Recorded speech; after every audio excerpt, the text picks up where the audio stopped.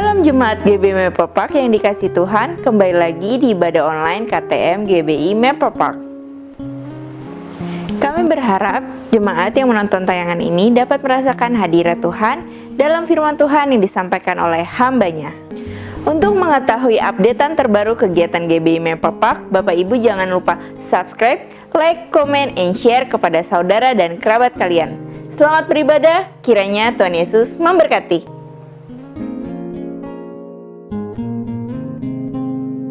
Shalom jemaat yang dikasih Tuhan, mari kita saksikan kegiatan GBI Maple Park dalam sepekan ini. Ibadah online GBI Maple Park Minggu 14 November 2021 akan dilayani oleh Pastor Kiki Haryadi disertai perjamuan kudus premier pukul 6 pagi di YouTube channel GBI Rayon 1D. Untuk jemaat yang ingin didoakan secara khusus, dapat menghubungi di nomor berikut ini. Untuk kegiatan GBI Maple Park, Bapak Ibu dapat melihat sosial media kami di slide berikut ini.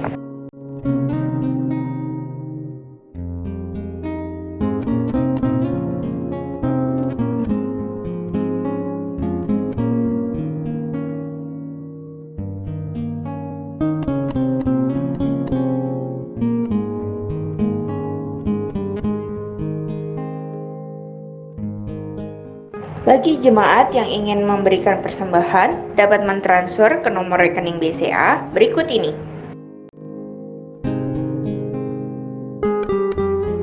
Demikianlah info news GBI Maple Park sepekan ini. Mari kita siapkan hati untuk memulai ibadah KTM pada hari ini. Tuhan Yesus memberkati. Deklarasi iman. Dalam lindungan Allah, orang yang duduk dalam lindungan yang maha tinggi dan bermalam dalam naungan yang maha kuasa akan berkata kepada Tuhan, tempat perlindunganku dan kubu pertahananku, Allahku yang kupercayai. Sungguh dialah yang akan melepaskan engkau dari jerat penangkap burung, dari penyakit sampar yang busuk. Dengan kepaknya ia akan menundungi engkau, di bawah sayapnya engkau akan berlindung. Kesetiaannya ialah perisai dan pagar tembok. Engkau tak usah takut terhadap kedahsyatan malam, terhadap panah yang terbang di waktu siang, terhadap penyakit sampar yang berjalan di dalam gelap, terhadap penyakit menular yang mengamuk di waktu petang. Walau 1000 orang rebah di sisimu dan 10.000 di sebelah kananmu, tetapi itu tidak akan menimpamu. Engkau hanya menontonnya dengan matamu sendiri dan melihat pembalasan terhadap orang-orang fasik. Sebab Tuhan ialah tempat perlindunganmu, yang maha tinggi telah kau buat tempat perteduhanmu. Malapetaka tidak akan menimpa kamu, dan tula tidak akan mendekat kepada kemahmu. Sebab malaikat-malaikatnya akan diperintahkannya kepadamu untuk menjaga engkau di segala jalanmu. Mereka akan menantang engkau di atas tangannya, supaya kakimu jangan terantuk kepada batu. Singa dan ular tedung akan kau langkahi, engkau akan menginjak anak singa dan ular naga. Sungguh hatinya melekat kepadaku, maka aku akan meluputkannya. Aku akan membentenginya sebab ia mengenal namaku. Bila ia berseru kepadaku, aku akan menjawab. Aku akan menyertai dia dalam kesesakan. Aku akan meluputkannya dan memuliakannya. Dengan panjang umur akan kukenyangkan dia, dan akan kuperlihatkan kepadanya keselamatan daripadaku. Amin. Pentakosta ketiga. 1. Pentakosta ketiga adalah pencurahan Roh Kudus yang dahsyat di zaman ini, melebihi yang terjadi di Azusa Street. 2. Pentakosta ketiga akan mengakibatkan penuaian jiwa yang terbesar dan yang terakhir sebelum Tuhan Yesus datang kembali. 3. Pentakosta ketiga akan membangkitkan generasi Yeremia, yaitu anak-anak muda yang dipenuhi Roh Kudus, cinta mati-matian kepada Tuhan Yesus, tidak kompromi terhadap dosa, dan akan bergerak untuk memenangkan jiwa. 4. Pentakosta ketiga lahir di Indonesia dan bergerak ke bangsa-bangsa. Gerakan ini dari timur ke barat dan akan kembali ke Yerusalem. 5. Pentakosta ketiga akan memberikan kuasa untuk menyelesaikan amanat agung, dan setelah itu Tuhan Yesus datang kembali. Puji nama Tuhan. Shalom GBM Amplified. Haleluya. Saya percaya pada malam hari ini kita sama-sama bersuka cita mau memuji dan memuliakan Tuhan kita. Amin. Boleh sama-sama kasih sorak-sorak yuk buat Tuhan kita. Haleluya.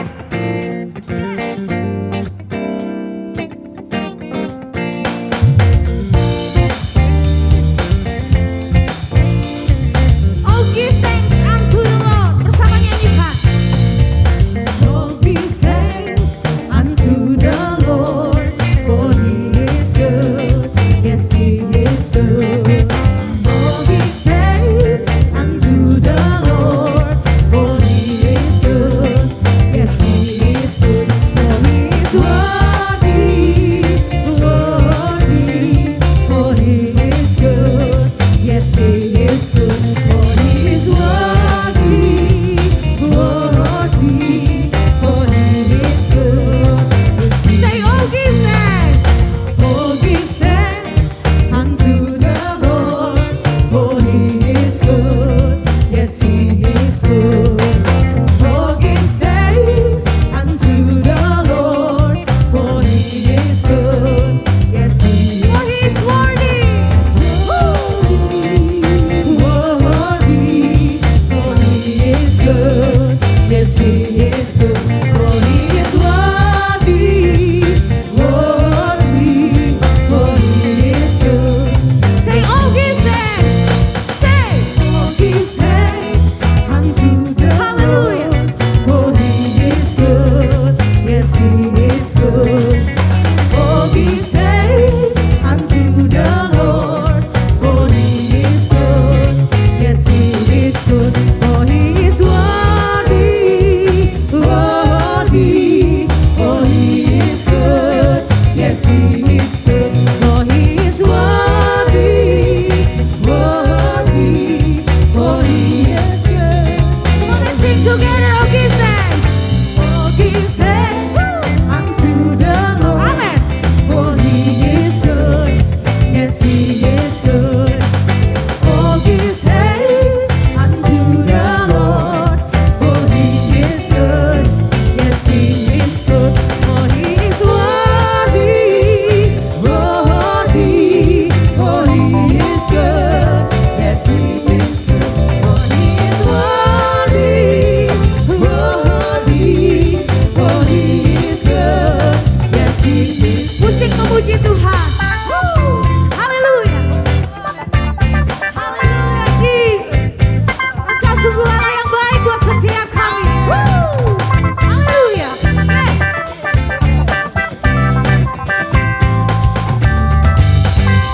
For He is worthy, worthy. For He is good. Yes, He is good. For He is worthy, worthy. For He is good. Come on, let's give thanks unto the Lord. Oh, give thanks unto the Lord, for He is good. Yes, He is good. Amen. Oh, give thanks unto the Lord, for He is good. Yes, He is good. For He is worthy, worthy. For He is good. Yes, He is good. For He is worthy, worthy. For He is good. Yes, He is good. For He is good. Yes, sekali lagi nyatakan. For He is good. Yes, He is good. Haleluya, Lord Jesus.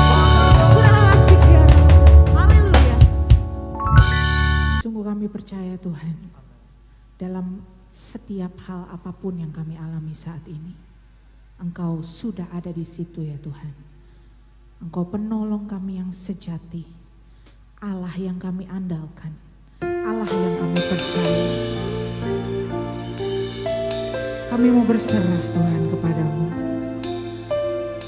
Kuasa-Mu nyata dalam hidup kami.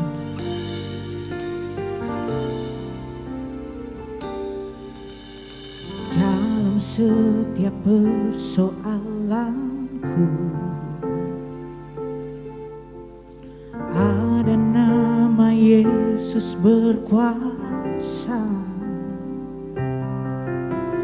dalam setiap perkara yang rumit. Ku berharap selalu padamu, oh Yesus. Engkaulah penolong yang sejati, tiada yang mustahil bagimu. Dan aku percaya saat ku di sini, mujizatmu nyata di hidupku. Dalam setiap persoalanku, dalam setiap persoalanku, ada namamu, ada nama Yesus berkuasa.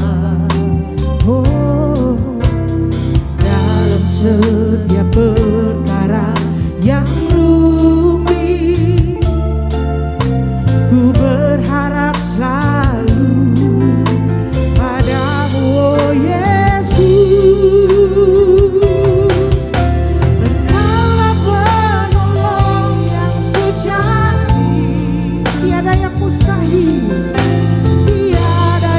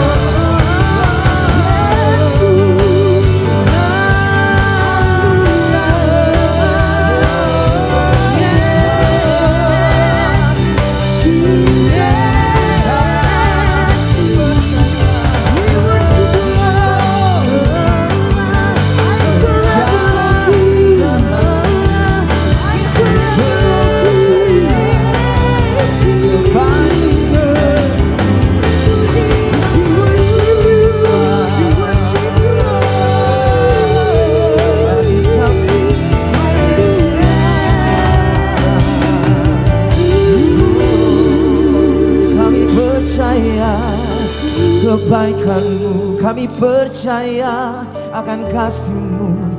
Sungguh kami percaya akan kuasa-Mu bekerja atas hidupku. Ku percaya, ku berserah. Kami datang dan kami mengangkat kedua tangan kami di hadirat-Mu, dan kami mempercayakan seluruh kehidupan kami. Sebab satu hal yang kami tahu, bahwa rancangan-Mu adalah rancangan yang terbaik, yang terbaik bagi kami. Terima kasih. Oh, Kau Allahku yang setia. Ku percaya Ku akan selalu. Haleluya.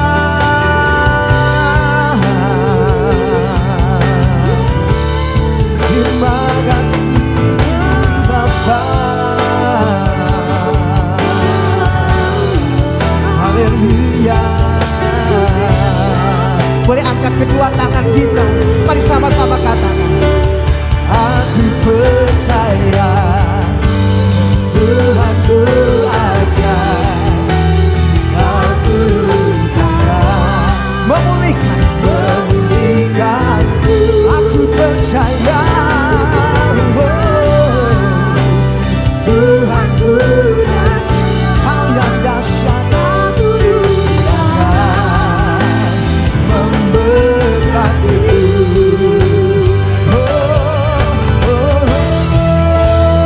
Aku percaya Tuhanku ajar Kau turunkan memulihkanku. Aku percaya Tuhanku dahsyat, Kau turun tangan memberkati. Kau turun tangan, Kau turun tangan menyembuhkan, menyembuh. Mari yang percaya angkat tangan kita, katakan Kau turun tangan, katakan memberkati,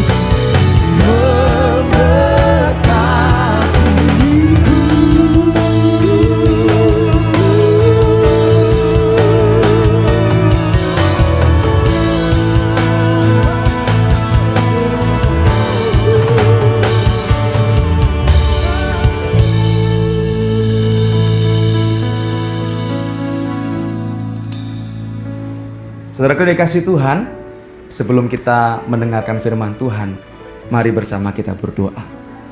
Kami bersyukur ya Tuhan buat hari ini, dalam ibadah ini, kami sungguh-sungguh merasakan lawatan Tuhan. Kami mau buka hati pikiran kami Tuhan, untuk dengar firman-Mu. Kami mau diperbaharui kehidupan kami dalam Kristus. Oleh sebab itu Tuhan, kami sungguh-sungguh mau dengar firman-Mu. Terlebih lagi, kami mau menjadi pelaku firman-Mu ya Allah. Buka hati pikiran kami Tuhan, dan kami siap dengar firman-Mu. Haleluya. Amin. Shalom jemaat Tuhan. Bersyukur pada saat hari ini kita boleh bersama beribadah dalam kebaktian tengah minggu di GBI Maple Park. Walaupun kita secara online, tetapi Tuhan tetap hadir di tengah-tengah kita. Puji Tuhan. Bersyukur oleh anugerah Tuhan, saya Pendeta Yada Putra Gratia boleh dipercayakan oleh Bapak Gembala tempat ini untuk boleh men-sharingkan firman Tuhan pada saat malam hari ini. Saudara dikasih Tuhan, firman Tuhan yang akan kita pelajari pada malam hari ini di dalam 2 Korintus pasal yang kelima ayat yang ke-17. 2 Korintus pasal yang kelima ayat yang ke-17. Begini bunyi firman Tuhan. Jadi siapa yang ada di dalam Kristus, ia adalah ciptaan baru. Yang lama sudah berlalu, sesungguhnya yang baru sudah datang. Sekali lagi saya akan bacakan buat Bapak Ibu saudara sekalian. Jadi siapa yang ada di dalam Kristus, ia adalah ciptaan baru. yang lama sudah berlalu dan sesungguhnya yang baru sudah datang. Tema dalam firman Tuhan malam hari ini berjudul Who Am I? Sebuah pertanyaan yang kerap kali muncul di dalam kehidupan kita sebagai orang percaya, yakni siapakah diri kita dan bagaimana identitas kita sebagai seorang yang percaya, khususnya kita sebagai orang yang sudah diselamatkan di dalam Kristus Yesus. Salah satu yang menjadi persoalan hidup manusia adalah identitas diri. Kerap kali kita menemukan dalam satu kondisi manusia lupa siapa dirinya. Ketika dia emosi, dia marah dengan orang lain, lalu kemudian dia berucap, "Lu nggak kenal siapa saya." Ini sebuah joke, sebuah bercandaan. Namun ini sebetulnya suatu pertanyaan yang sangat miris. Karena dia sendiri bertanya kepada orang lain, "Kamu nggak tahu siapa saya?"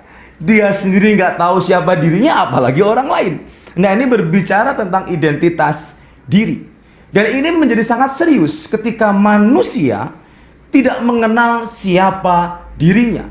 Khususnya kita sebagai orang-orang yang sudah diselamatkan, kita sebagai orang-orang yang percaya kepada Yesus Kristus sebagai Tuhan dan Juru Selamat, jangan sampai kita tidak mengenal siapa diri kita. Ini akan berakibat fatal. Pengenalan akan siapa diri kita membuat kita bisa memilih sikap yang benar dalam menghidupi kehidupan kita. Dan kemudian kita juga bisa membuat diri kita bisa berdampak bagi sesama kita. Salah satu penghalang kita tidak bisa berdampak, salah satu penghalang hidup kita monoton, hidup kita sia-sia, hidup kita hanya sekedar rutinitas, karena kita tidak memahami identitas diri kita. Makanya dalam malam hari ini kita memunculkan sebuah pertanyaan, Who am I? Siapa diri kita sesungguhnya di dalam Kristus? Firman Tuhan yang kita baca berbunyi demikian, "Jadi siapa yang ada di dalam Kristus, ia adalah ciptaan baru, yang lama sudah berlalu dan sesungguhnya yang baru sudah datang." Kalau kita telisik secara mendalam berdasar konteks dari firman Tuhan ini, dimulai dari kata jadi, ya.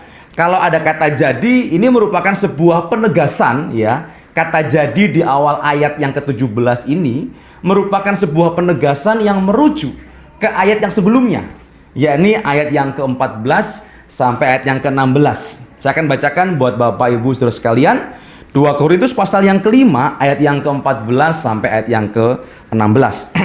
"Sebab kasih Kristus yang menguasai kami, karena kami telah mengerti bahwa jika satu orang sudah mati untuk semua orang, maka mereka semua sudah mati. Dan Kristus telah mati untuk semua orang, supaya mereka hidup, tidak lagi untuk hidupnya sendiri, tetapi untuk Dia yang telah mati dan dibangkitkan untuk mereka. Sebab itu, kami tidak lagi menilai seorang juga pun menurut ukuran manusia, dan jika kami pernah menilai Kristus menurut ukuran manusia, sekarang kami tidak lagi menilainya demikian." Ini merupakan sebuah penggalan yang dituliskan oleh Rasul Paulus kepada jemaat yang ada di Korintus.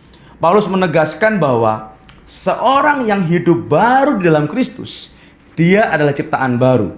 Bapak Ibu yang dikasihi Tuhan, kita tahu bahwa Rasul Paulus adalah penulis hampir 2/3 kitab di dalam Perjanjian Baru. Dan kalau kita telisik lebih jauh, apa yang dituliskan oleh Paulus dalam surat-suratnya, baik itu di dalam kitab Roma, Korintus, Galatia, Efesus, dan seterusnya, kita bisa menemukan sebuah penekanan yang mendalam yang Rasul Paulus ajarkan bagi jemaat, yakni orang-orang yang percaya kepada Kristus, yakni mereka harus hidup sebagai ciptaan baru, atau hidup baru di dalam Kristus, atau lahir baru. Tema-tema ini yang seringkali dikemukakan oleh Rasul Paulus. Karena apa? Karena Paulus melihat keprihatinan, kehidupan orang-orang yang percaya yang gak ada bedanya dengan kehidupan dunia ini. Makanya dia memberi titik berat bahwa orang yang percaya itu punya identitas yang berbeda. Yakni apa? Yakni hidup sebagai ciptaan baru. Ketika kita melihat ayat yang ke-14 sampai 16 tadi, kita menemukan bahwa semua orang yang percaya telah mati bersama Kristus dan tidak lagi hidup untuk dirinya sendiri. Jadi orang yang sudah percaya kepada Kristus, dia itu sudah mati bersama dengan Kristus, dan kemudian nggak lagi hidup untuk diri sendiri. Artinya, kita sebagai orang yang percaya, hidup kita untuk Tuhan. Hidup kita untuk menyenangkan Tuhan. Hidup kita untuk membuat orang lain bisa dibawa kepada jalan kebenaran Tuhan. Dan kemudian hidup kita bagi kemuliaan nama Tuhan. Saudara yang dikasih Tuhan, ketika kita berbicara hidup baru di dalam Kristus, berarti kita tidak lagi bersifat duniawi. Namun kehidupan kita harusnya bersifat rohani. Enggak lagi kita memikirkan hal-hal yang duniawi, hal-hal yang jasmani, tetapi kita mulai memikirkan perkara-perkara yang rohani. Ya, memang kita adalah manusia yang hidup di dunia ini, tetapi fokus kita nggak lagi kepada dunia, tetapi kepada Kristus dan kepada kehidupan yang kekal. Karena kehidupan di dunia ini fana. Yang kita kejar kehidupan yang kekal di dalam Kristus. Ketika kita membaca ayat yang ke-14 sampai ayat yang ke-16, dikatakan bahwa kematian kita adalah kematian atas kodrat dosa manusia. Jadi kita nggak lagi berbuat dosa, kita nggak lagi hidup di dalam dosa, tetapi kita sudah mati bagi dosa dan hidup baru di dalam Kristus. Saudaraku yang dikasihi Tuhan, di dalam Roma pasal yang ke-6 ayat yang ke-4, Roma pasal yang ke-6 ayat yang ke-4, saya akan bacakan buat Bapak Ibu saudara sekalian yang dikasihi Tuhan. Dengan demikian kita telah dikuburkan bersama-sama dengan Dia oleh baptisan dalam kematian, supaya sama seperti Kristus telah dibangkitkan dari antara orang mati oleh kemuliaan Bapa, demikian juga kita akan hidup di dalam hidup yang baru. Saudara yang dikasihi Tuhan, coba lihat baik-baik ayat ini. Setiap kita yang terpanggil menjadi murid Kristus, kita sudah percaya kepada Kristus, kita sudah diselamatkan, kita harus mengalami yang namanya hidup baru. Ya, kita telah dikuburkan bersama dengan Kristus oleh baptisan dalam kematian, supaya kemudian kita hidup untuk kemuliaan Bapa. Ya, kita nggak lagi hidup untuk diri kita sendiri, kita nggak lagi hidup untuk dunia, tetapi kita harus hidup baru di dalam Kristus. Kita mengalami hidup yang baru. Bapak Ibu saudara yang dikasihi Tuhan, dalam pembacaan 2 Korintus pasal yang ke-5 ayat yang ke-17 tadi. Jadi siapa yang ada di dalam Kristus, ia adalah ciptaan baru, yang lama sudah berlalu dan sesungguhnya yang baru sudah datang. Ada beberapa hal yang akan kita pelajari terkait dengan identitas kita sebagai orang percaya. Yang pertama, kita harus sadar bahwa kita ini adalah ciptaan baru. Pertanyaannya, apa itu ciptaan baru? Di dalam Yohanes pasal yang pertama ayat yang ke-13, Yohanes pasal yang pertama ayat yang ke-13, saya akan bacakan buat saudaraku yang dikasihi Tuhan. Dari mulai ayat yang ke-12 dan ke-13. Tetapi semua orang yang menerimanya, ya, menerima Kristus, diberinya kuasa supaya menjadi anak-anak Allah, yaitu mereka yang percaya dalam namanya. Orang-orang yang diperanakan bukan dari darah ataupun dari daging, bukan pula secara jasmani oleh keinginan seorang laki-laki, melainkan dari Allah. Sebagai ciptaan baru, ya, kita ini diciptakan oleh Allah sendiri dan terjadi menurut kehendak Allah. Artinya apa? Kita ini diciptakan benar-benar sepenuhnya baru. Kalau kita sering ke SPBU, selalu tukang SPBU berkata, dari nol ya Pak, begitu ya. Dimulai dari nol, ex nihilo. Tuhan meng-create kita sebagai ciptaan baru dari nol. Betul-betul kita hidup baru di dalam Kristus. Dan perlu diperhatikan, hidup sebagai ciptaan baru ini karya Allah, bukan karya kita. Tetapi karya Allah melalui Roh Kudus yang mengajar kita dari hari lepas hari untuk hidup baru sebagai ciptaan baru di dalam Kristus. Yang kedua, yang lama sudah berlalu. Artinya apa? Artinya melepaskan segala sesuatu yang ada dalam kodrat lama kita. Apa itu kodrat lama kita? Dosa, hawa nafsu, ego, kesombongan, dan hal-hal yang menimbulkan kita jauh daripada Tuhan.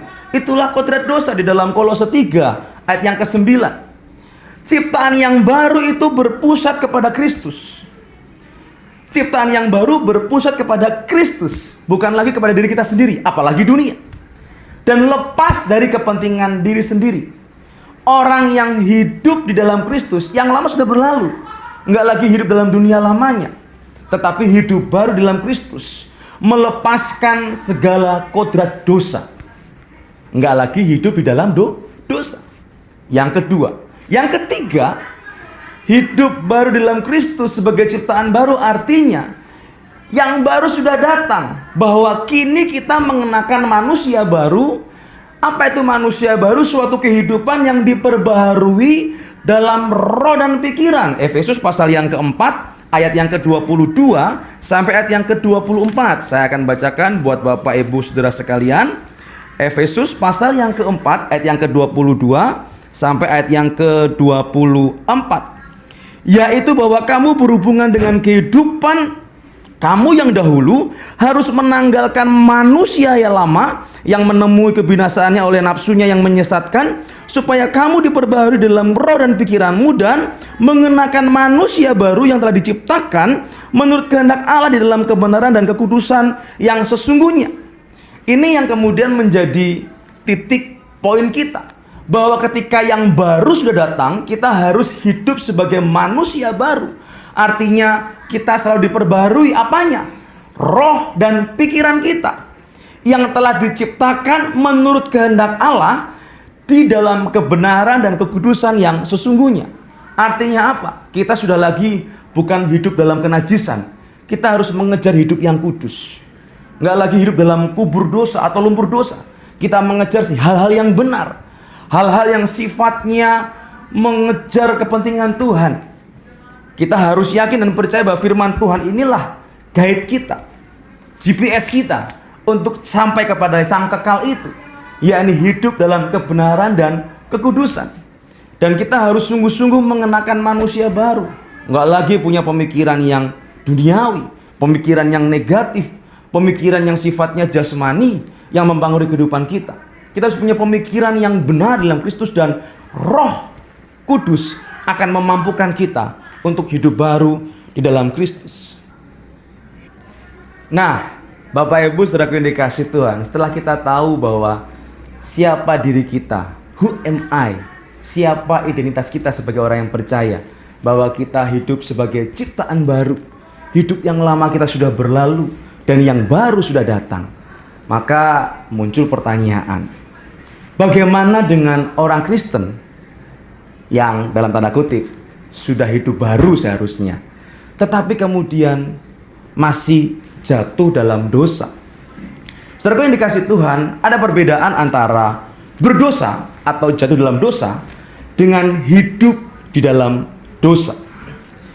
Situasi jatuh dalam dosa berarti dia jatuh dan kemudian akan berjuang untuk bangkit dari keberdosaannya, untuk meninggalkan dosanya, dan kemudian mulai hidup dalam pertobatan. Tetapi beda dengan kondisi hidup di dalam dosa. Kalau hidup di dalam dosa berarti dia hidup dalam dosa, nggak mau berjuang untuk bertobat, tidak mau mengalami pembaruan hidup, dan kemudian menerima keselamatan daripada Kristus sungguh-sungguh. Nah, orang Kristen apakah kemudian dia bisa jatuh dalam dosa? Karena kita ini manusia, dan kemudian kita punya keterbatasan tentunya. Manusia pasti pernah jatuh dalam dosa. Saya mengakui, saya pun juga pernah jatuh dalam dosa. Yang terpenting bukan bagaimana jatuh dalam dosanya itu, tetapi adalah bagaimana kita harus lepas dari kejatuhan kita, dan kemudian kita bangkit, dan kemudian kita mengalami pertobatan dan hidup baru di dalam Kristus. Lalu kemudian mengalami pertumbuhan iman, dan kemudian kita mengalami berbuah di dalam Kristus. Ini yang paling penting. Jangan kita kemudian hidup dalam dosa, kita menikmati dosa karena memang dosa itu enak begitu ya. Kita kemudian senang hidup dalam lumpur dosa. Jangan, kita harusnya begitu jatuh dalam dosa, segera datang sama Tuhan, minta ampun sama Tuhan, dan minta Tuhan menyelamatkan kita. Bapak Ibu yang dikasihi Tuhan, ada 3 tugas Roh Kudus dalam kehidupan kita, orang percaya, untuk kita bisa hidup baru di dalam Kristus. Yang pertama, tugas Roh Kudus adalah menginsafkan kita akan dosa. Roh Kudus mengingatkan kita bahwa ini dosa, jangan kamu terkungkung di dalamnya. Ini dosa, jangan kamu mau terbujuk di dalamnya. Kita lihat peristiwa-peristiwa dalam Alkitab, di mana kemudian Tuhan hadir di tengah-tengah manusia, selalu mengingatkan, ingat, dosa mengintip di depan pintu, jangan engkau mau diperdaya oleh dosa. Ini hal yang sangat luar biasa. Tetapi seringkali kebebalan hati manusia tidak mau dengar apa kata Tuhan, tidak mau dengar Roh Kudus, dan kemudian dia jatuh dalam dosa. Nggak sampai di situ, dia nggak mau segera bertobat, tetapi malah hidup dalam keberdosaan. Nah, tugas Roh Kudus adalah mengingatkan kita akan bahaya dosa, mengingatkan kita bahwa ini dosa dan kita harus segera bertobat. Jangan keraskan hati kita, jangan kita menjadi orang yang bebal, yang nggak mau dengar-dengaran akan suara Roh Kudus. Karena ketika kita bebal, kita nggak mau dengar suara Roh Kudus, membuat kemudian kita semakin diperdaya oleh dosa, dan kemudian kita jauh daripada keselamatan. Roh Kudus harus kita dengar. Setiap hari kita harus bangun komunikasi dengan Roh Kudus melalui doa, melalui pembacaan firman. Tugas pertama Roh Kudus adalah mengingatkan kita dari dosa. Dan yang kedua, tugas kedua dari Roh Kudus adalah mengingatkan kita bahwa ini loh kebenaran firman Tuhan yang harus kita hidupi sebagai manusia baru. Roh Kudus akan mengingatkan kita setiap hari, setiap waktu, setiap detik, setiap jam bahwa kita harus ikut kebenaran firman Tuhan. Kita harus punya hubungan yang intim dengan Tuhan. Karena itulah peran Roh Kudus mengingatkan kita untuk kita lebih dekat kepada Tuhan. Jangan lagi-lagi kita membuat diri kita bebal atau nggak mau dengar-dengar akan suara Roh Kudus, bahaya.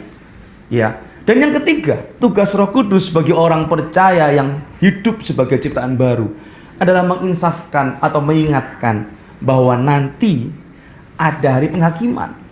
Tadi yang pertama mengingatkan kita akan dosa. Yang kedua mengingatkan kita akan hidup dalam kebenaran. Dan yang ketiga mengingatkan kita bahwa ada hari penghakiman. Ingat, bagaimanapun kehidupan kita yang berdosa ini, kalau kita datang sama Tuhan, Tuhan akan ampuni, Tuhan akan kuduskan, Tuhan akan selamatkan kita. Tetapi ada konsekuensi dari dosa, yaitu nanti yang akan kita tanggung pasca hari penghakiman ketika Tuhan datang di kali yang kedua. Bapak Ibu yang dikasih Tuhan, saya punya sebuah gambaran yang sederhana. Saya punya hobi. Hobi ini jarang dimiliki oleh orang. Bapak Ibu mau tahu hobi saya apa? Hobi saya tuh sering jatuh dari sepeda motor. Ya, saya sering jatuh dari sepeda motor bukan karena saya balapan dengan Valentino Rossi kecepatan 140 km per jam. Tetapi seringkali saya jatuh itu di kecepatan yang rendah. Kecepatan 30 lah, 20 lah, jalan pelan, diserempet becak lah, serempet bajai lah. Mau putar balik, tabrak sepeda motor dan sebagainya. Nah, saya mau ceritakan begini. Saya pernah mengalami satu kejadian kecelakaan yang cukup parah bagi saya ya. Saya naik sepeda motor, lalu kemudian saya diserempet bajai dan saya jatuh karena saya nggak pakai jaket. Tangan saya terluka, kulitnya terkelupas dan kemudian keluar darah, terlihat dagingnya begitu ya. Terlihat putih-putih, sangat mengerikan sekali. Pertanyaannya, ini saya jatuh sudah beberapa tahun yang lalu. Kira-kira saat ini apakah kulit saya masih berdarah atau masih terkelupas? Enggak, sudah pulih kan? Sudah pulih. Tetapi kalau diperhatikan pasti ada nodanya, ada bekasnya. Demikian juga kehidupan kita. Ya, kalau kita jatuh dalam dosa lalu datang sama Tuhan, Tuhan ampuni kita enggak? Tuhan ampuni. Tuhan selamatkan kita enggak? Tuhan selamatkan kita. Tuhan tolong kita enggak untuk kemudian kita enggak lagi terikat oleh dosa? Tuhan tolong kita. Karena memang Tuhanlah yang sanggup memampukan kita untuk lepas dari keberdosaan kita. Tapi tetap ada konsekuensinya. Kapan? Ya nanti di hari penghakiman.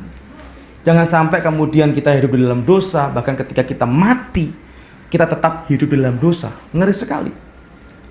Bahkan orang yang percaya sama Tuhan Yesus, tetapi hidupnya nggak sungguh-sungguh diberikan untuk melayani Tuhan saja, itu nggak layak di hadapan Tuhan.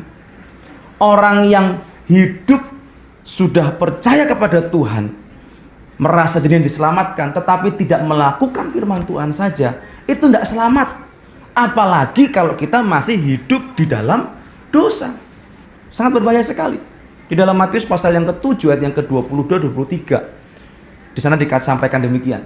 Pada hari-hari terakhir, banyak orang akan berseru-seru kepada Tuhan. Tuhan, Tuhan, sudahkah aku sudah mau melakukan mujizat demi namamu? Aku melakukan nubuat demi namamu, melakukan tanda-tanda heran demi nama Tuhan.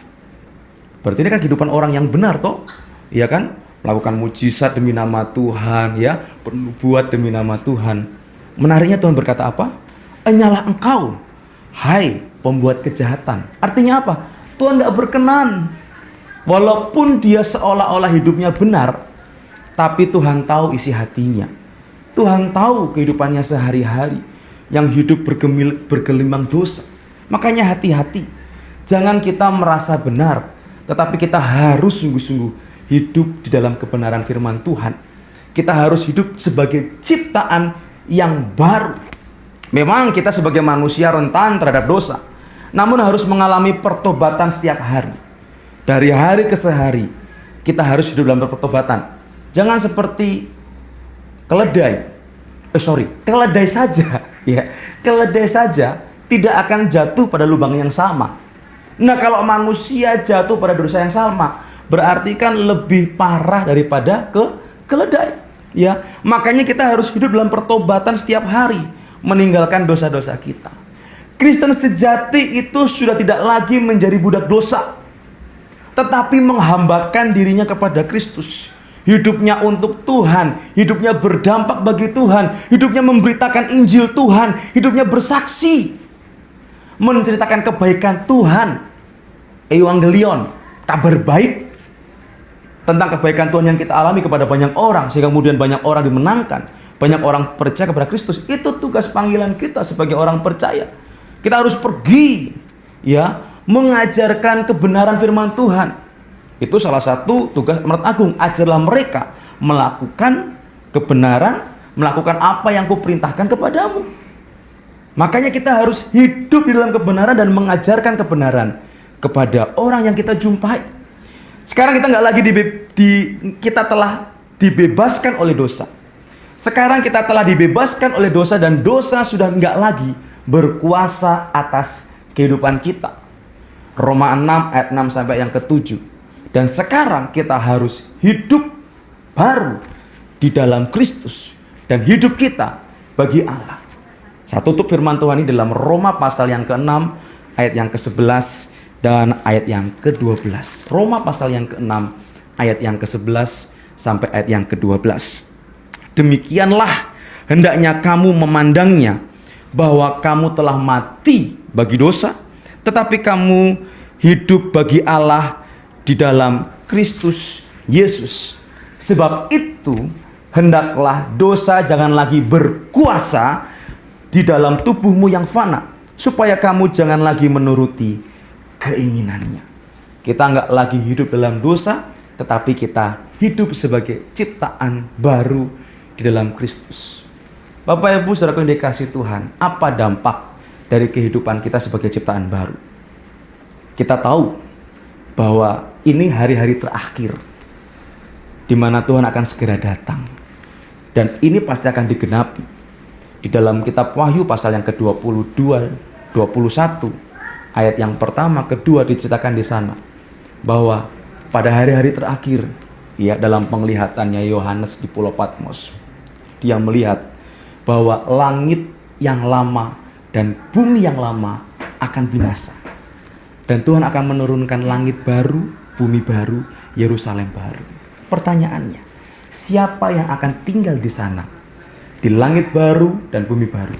Yakni setiap kita yang hidup sebagai ciptaan baru. Kita yang hidup sebagai ciptaan baru, kita akan menerima upah kita, yakni langit baru, bumi baru, Yerusalem baru. Kita akan memerintah bersama-sama dengan Kristus di kerajaan surga. Oleh sebab itu, hari ini kita harus sadar, who am I? Siapa diri kita? Siapa identitas kita? Dan kemudian hiduplah sesuai dengan identitasmu.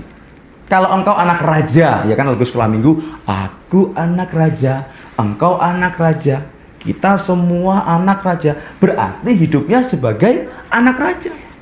Jangan anak raja tapi cara hidupnya sebagai anak gembel. Kita harus hidup sebagai anak raja.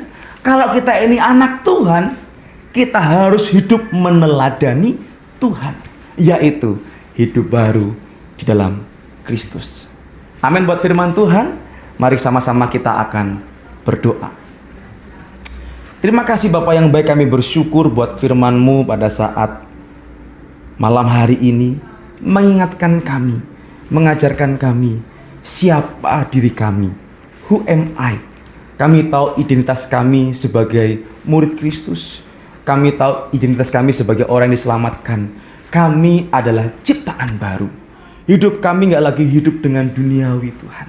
Hidup kami tidak lagi hidup bagi dunia ini dan mengejar kedagingan kami. Tetapi kami mau hidup baru bagi Kristus. Kami mau berdampak bagi sesama kami.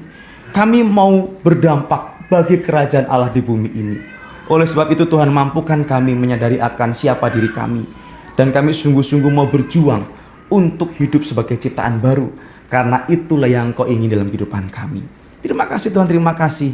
Memberkati Tuhan setiap jemaat yang menerima firman-Mu, biar mereka sungguh-sungguh menerima firman-Mu dalam kehidupan mereka dan melaksanakannya dalam kehidupan mereka. Terima kasih Bapa, terima kasih. Kami bersyukur dan kami siap menjadi ciptaan baru.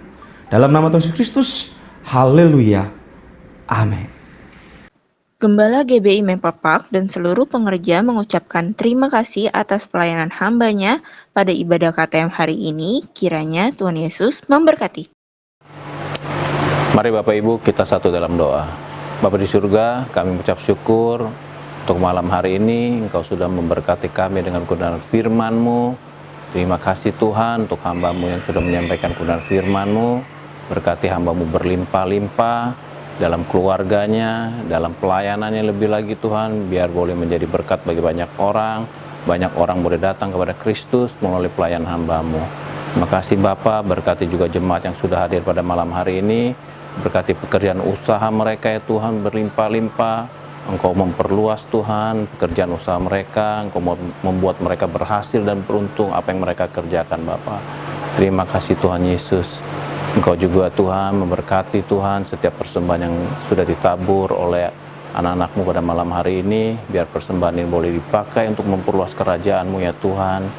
Terima kasih Tuhan Yesus. Tak lupa kami berdoa untuk hamba-Mu yang sudah melayani pada malam hari ini, biar Engkau senantiasa mengurapi hamba-hamba-Mu, Engkau pakai lebih lagi dalam pelayanan mereka, keluarga mereka, juga dalam pekerjaan usaha mereka Tuhan.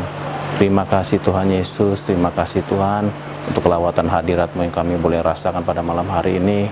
Kami percaya Engkau sudah mengurapi dan memberkati kami semua pada malam hari ini. Tak lupa kami juga bawa bangsa dan negara kami Indonesia, biarlah shalom ada atas kami, atas bangsa ini Tuhan. Dan berkat Engkau curahkan atas bangsa ini juga, bahkan kota kami Jakarta Tuhan. Kasih-Mu Tuhan senantiasa dicurahkan, pertolongan hikmat Engkau anugerahkan bagi para pemimpin bangsa kami, dari pemimpin yang teratas sampai yang terendah Tuhan. Biar mereka boleh memimpin dengan wibawa Tuhan. Roh takut akan Tuhan ada atas mereka Tuhan. Kami percaya bangsa kami akan pulih dalam ekonomi maupun kesehatannya. Terima kasih Bapa, terima kasih Tuhan Yesus. Dan sebelum kami berpisah, kami akan menerima berkat yang daripada-Mu. Kiranya berkat yang berlimpah-limpah yang datangnya dari Allah Bapa di surga, di dalam anaknya yang tunggal Tuhan kita Yesus Kristus, dan di dalam persekutuan yang manis dengan Roh Kudus, senantiasa menyertai kita semua, mulai malam hari ini bahkan sampai selama-lamanya. Tuhan Yesus datang menyebut kita di awan-awan yang permai. Mari kita yang percaya dan diberkati Tuhan bersama-sama katakan amin. Kami dan segenap kru yang bertugas mengucapkan terima kasih atas perhatiannya. See you next week and God bless you.